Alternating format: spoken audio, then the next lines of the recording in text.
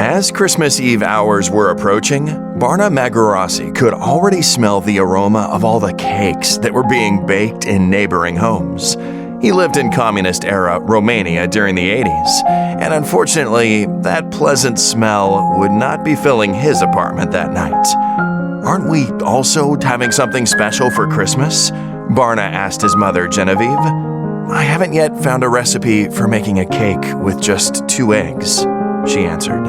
Disappointed for not having the essential ingredients to prepare a treat for her children, she went into another room, closed the door, and cried to God for help. Like the poor widow, she had been faithfully putting God first, returning her tithe even during the most difficult times. Believing in His promises and that He would provide for her family, she felt peace in her heart. A few minutes later, one of the neighbors knocked on her door and asked if Genevieve had 2 eggs she could borrow, because she didn't have enough for her Christmas cake.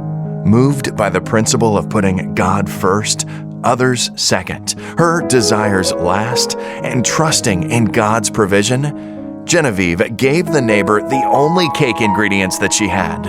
She was happy to help, but her heart was aching for her 3 children that were hoping for a cake that evening.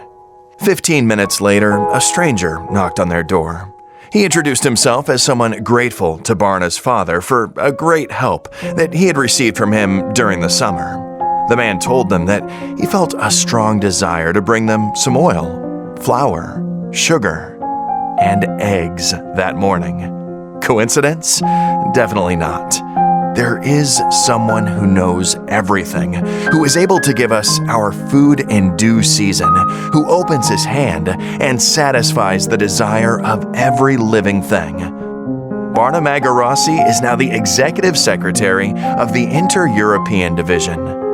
As you worship the Lord with your tithe and your promise, pray for a growing trust in His supernatural ability to supply all your need, according to His riches in glory by Christ Jesus.